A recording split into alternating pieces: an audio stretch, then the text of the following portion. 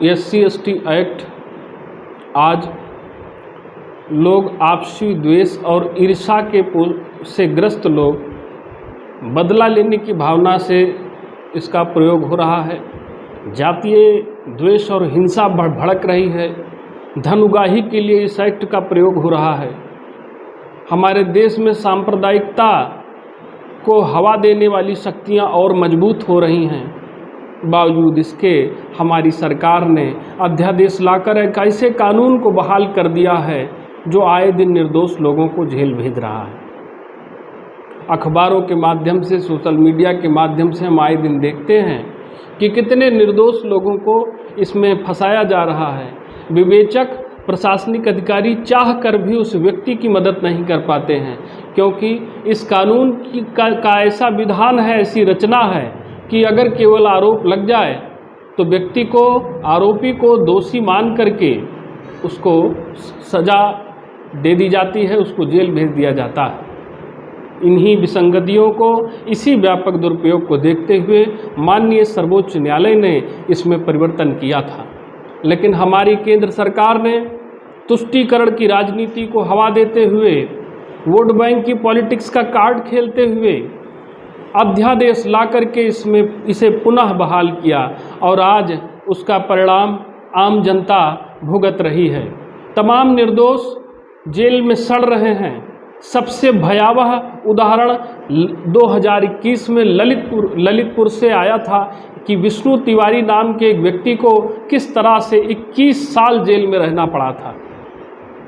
21 साल, सोचिए कितना लंबा समय है। और जब इलाहाबाद हाईकोर्ट उसे दोष मुक्त करती है तो ज़रा सोचिए उसको न्याय मिलेगा तो कैसे मिलेगा, उसके समय की क्षतिपूर्ति कैसे होगी, उसने जो मानहानि झेली है, जो उसको क्षति पहुंची है, उसका कैसे उसको कंपनसेशन मिलेगा। इस पर विचार करना चाहिए हमारे सत्ताधीशों को, हमारी केंद्र सरकार को, कि ऐसे कानून को जो आज हमारे न्याय व्यवस्था के माथे पर कलंक का टीका बन चुका है। पूरे देश में, पूरे विश्व में ऐसी कोई व्यवस्था ना होगी जहां केवल आरोप लगाने से व्यक्ति को जेल भेज दिया जाए, विवेचना की कोई ज़रूरत ना पड़े।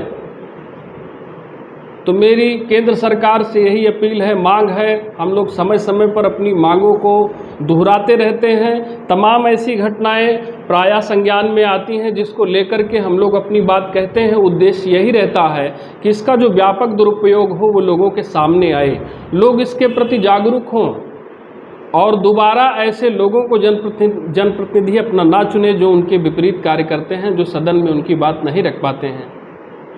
अन्यथा ऐसे ही कानून हमारे देश में बनेंगे, क्योंकि हर शाख पे आपने उल्लू बिठा दिए हैं।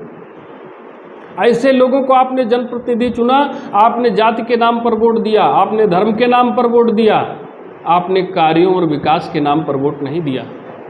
इसीलिए यह भयावह दृश्य समाज में देखने को मिल रहा है। अपने वोट की ताकत को पहचानिए, राजनैतिक रूप से सचेष्ट होइए। ये कहने से काम नहीं चलेगा कि कौन रिप होए हमें का हानि, कोई भी राजा बने हमें क्या। देख लीजिए, केंद्र सरकार में जब गलत लोग बैठते हैं, देश की सत्ता में जब गलत लोग दखल करते हैं, आचार्य चाणक्य का ही कथन है, जब सज्जन लोग राजनीति के प्रति उदासीन हो जाते हैं तो उसमें दुर्जनों का बोलबाला बढ़ जाता है और एक अयोग्य व्यक्ति योग्य जनता पर शासन करता है। आज SC/ST एक्ट जैसा कानून, ये जो सौगात आपको मिली है और आप इसका दंश झेल रहे हैं, ये केवल और केवल आपके ही कर्मों का परिणाम है। अगर आप चाहते हैं कि देश से आरक्षण, SC/ST एक्ट जैसी व्यवस्था का समूल नाश हो, आपके और आपके बच्चों को बेहतर भविष्य मिले, तो RPI का समर्थन कीजिए।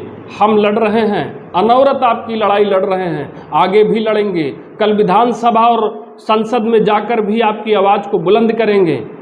जरा सोचिए, अगर एक अच्छा प्रतिनिधि आपने चुन करके विधानसभा और संसद में भेजा होता तो उसने इस एक्ट, जब ये बिल पारित हुआ होगा तो उसके खिलाफ उसने जो है वोट किया होता।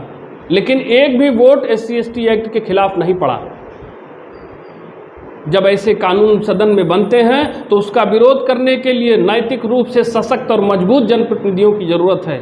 लेकिन हमने स्वयं ही ऐसे लोगों को चुना जो भस्मासुर की भूमिका में आज नज़र आ रहे हैं।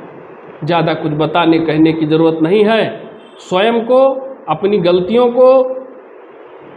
गलतियों से सीखने की ज़रूरत है कि हमसे जो गलती हुई उसकी पुनरावृत्ति ना हो। आज जो लोग सड़क पर खड़े होकर का आंदोलन कर रहे हैं, आपके हक की लड़ाई लड़ रहे हैं, उनको अवसर दीजिए, उनको अपना जनप्रतिनिधि बनाइए। निश्चित रूप से व्यवस्था परिवर्तन का मार्ग प्रशस्त हो जाएगा। एक ऐसी व्यवस्था सामने आएगी जहां समता मूलक समाज की स्थापना होगी, हर किसी को आगे बढ़ने का पर्याप्त अवसर मिलेंगे।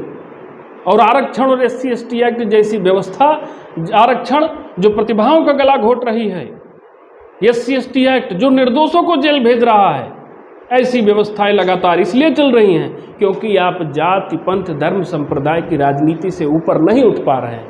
आप उन लोगों को जनप्रतिनिधि चुन रहे हैं। संकीर्ण मानसिकता से जब तक ग्रस्त रहेंगे, ऐसी राज व्यवस्था कायम रहेगी और निर्दोष लोग इसका दंश झेलते रहेंगे। उम्मीद है कि आप अपनी गलतियों से सीखेंगे और परिवर्तन के लिए अपनी कमर कसेंगे और RPI का समर्थन करेंगे।